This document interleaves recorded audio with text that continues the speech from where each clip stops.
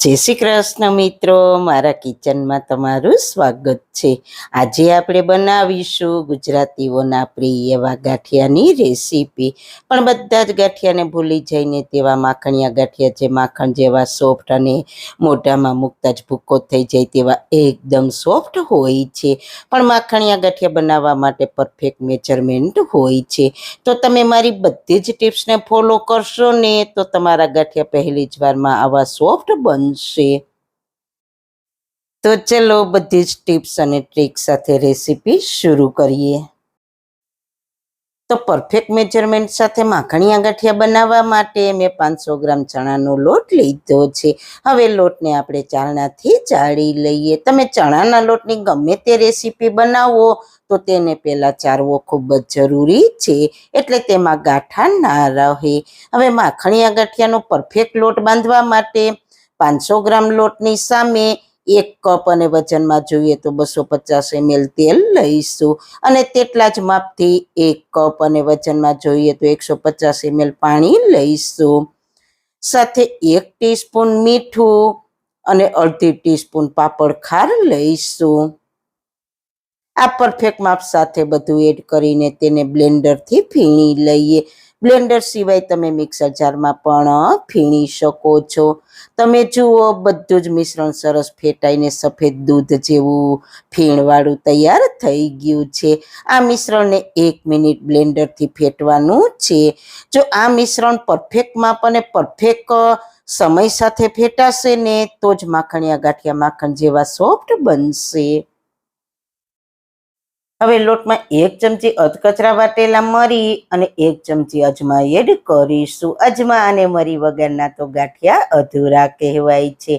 બંનેને લોટમાં સારી રીતના મિક્સ કરી લઈએ। પછી આપણે તેલ અને પાણીનું મિશ્રણ થોડું થોડું નાખતા જઈશું અને હાથેથી મિક્સ કરતા જઈશું।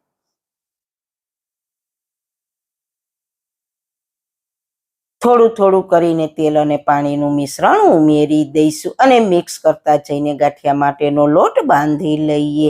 જો આ સ્ટેજ પર તમને તમારો લોટ થોડો નરમ લાગે તો 1-2 ચમચી લોટ વધારે ઉમેરીને પરફેક્ટ બનાવી લેવાનું અને જો લોટ થોડો કઠણ લાગે તો 1-2 ચમચી પાણી વધારે ઉમેરીને પરફેક્ટ બનાવી લેવાનો। કારણ કે બધા લોટ અલગ અલગ હોય છે, એટલે લોટની ક્વોલિટી પર ડિપેન્ડ કરે છે।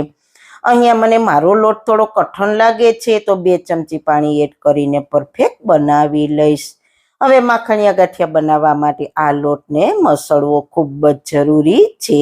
તો હાથેથી આ રીતના સતત મસળતા જઈશું। 5 થી 6 મિનિટ મસળશું। જેમ જેમ મસળશો લોટને તેમ તેમ લોટનો કલર ચેન્જ થતો જશે। બસ મેં 6 મિનિટ જેવો લોટને મસળ્યો છે અને પહેલા કરતા લોટનો કલર પણ ચેન્જ થઈ ગયો છે। તો તે માખણિયા ગાંઠિયા બનાવવા માટે પરફેક્ટ છે। લોટની થિકનેસ જુઓ, સહેજ એવો ચમચામાંથી પડે તેવી રાખવાની છે। આમ તો માખણિયા ગાંઠિયા છે તે ગાંઠિયા પાડવાના જારામાં બનાવવામાં આવે છે, પણ બધાની પાસે ગાંઠિયા પાડવાનો જારો નથી હોતો। તો મેં આજે પિત્તળનો સેવ પાડવાનો સંચો આવે છે તે લીધો છે, જેમાં આવી ફ્લેવર શેપના ગાંઠિયા પડે તેવી પ્લેટ છે। જો તમારી પાસે આવી પ્લેટ ના હોય તો ચકરી પાડવાની આવી પ્લેટ આવે જે 1 ગાંઠિયાની આવે તેનાથી પણ આ ગાંઠિયા પાડી શકાય છે। હવે સંચામાં પહેલા અંદર થોડું તેલ લગાવી દઈએ। પ્લેટમાં પણ તેલ લગાવીને તેને સંચામાં ફિટ કરી દઈએ। પછી લોટને ચમચીથી અંદર ભરી દઈએ। ભરાઈ જાય પછી ઢાંકણ ટાઈટ બંધ કરી દઈએ। પણ મિત્રો હવે પછીનો વિડીયો ખાસ જોજો, કારણ કે માખણિયા ગાંઠિયા બનાવવા માટે મિશ્રણના પરફેક્ટ માપ સાથે ગાંઠિયા કેવા તેલમાં તળવાને તે પણ ખૂબ જ અગત્યનું છે।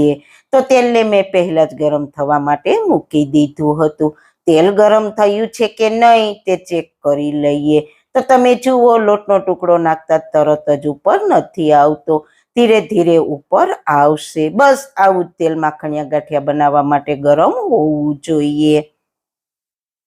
હવે ગેસની ફ્લેમ સ્લો કરીને સંચાથી ગાંઠિયાને તેલમાં પાડીશું। તમે જુઓ ગાંઠિયા તેલમાં પડતા તરત જ ઉપર નથી આવતા, ધીરે ધીરે તેલમાં તળાતા ફૂલીને ઉપર આવશે અને લોટ સરસ મસળ્યો છે ને એટલે ગાંઠિયા સરસ સફેદ કલરના અને સોફ્ટ બન્યા છે.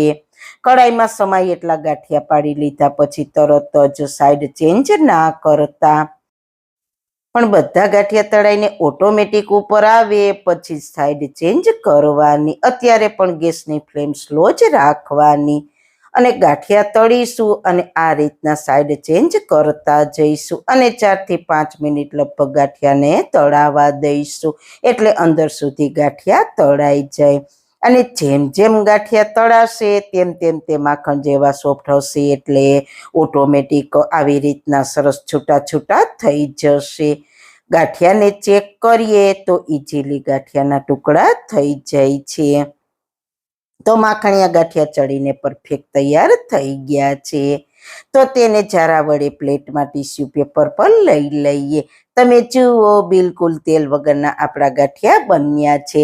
તો જોઈને જ ખાવાનું મન થઈ ગયું છે ને. આ જ રીતના બીજા ગાંઠિયા પણ પાડી લઈએ.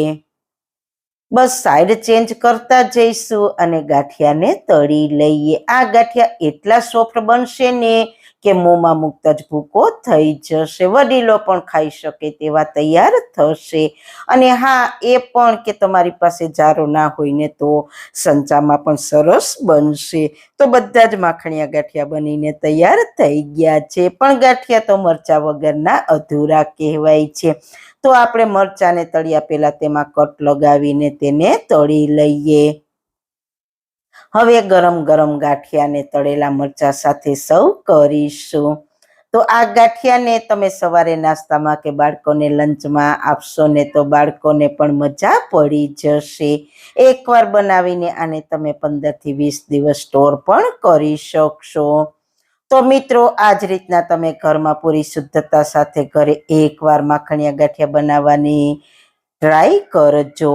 માખણ જેવા સોફ્ટ આ ગાંઠિયાનો સ્વાદ છે ને તમે બધા જ ગાંઠિયાનો સ્વાદ ભૂલાવી દેશે તેટલા આ ટેસ્ટમાં બેસ્ટ બને છે.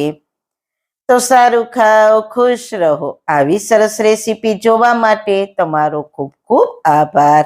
મારી રેસીપીને લાઈક કરજો, શેર કરજો ને મારી ચેનલને સબસ્ક્રાઈબ કરજો. ફરી મળીશું એક નવી જ રેસીપી સાથે, નવી વાતો સાથે. ત્યાં સુધી બધાને મારા જય શ્રી કૃષ્ણ. વાળના તમામ પ્રકારના પ્રશ્નો સોલ્વ કરતું 42 જડીબુટ્ટીઓથી બનાવેલું ઔષધિ તેલ જે અમે લોકો જાતે જ ઘરે તૈયાર કરીએ છીએ, કોઈ પણ કેમિકલ્સના ઉપયોગ વગર, બિલકુલ નેચરલ છે. 42 જડીબુટ્ટીઓ ભેગી કરીને લોખંડની કડાઈમાં ઔષધિ તેલ તૈયાર કરવામાં આવે છે. જો તમારે ખરીદવું હોય તો તેના ઓર્ડર અમે લઈએ છીએ. ઓર્ડર કન્ફર્મ કરવા માટે વોટ્સએપ નંબર સ્ક્રીન પર જોઈ શકો છો. જો તમારે આ તેલનો પૂરો વિડીયો જોવો હોય તો તમને આ ચેનલ પર મળી જશે અને ડિસ્ક્રિપ્શન બોક્સમાં લિંક પણ મૂકેલી છે.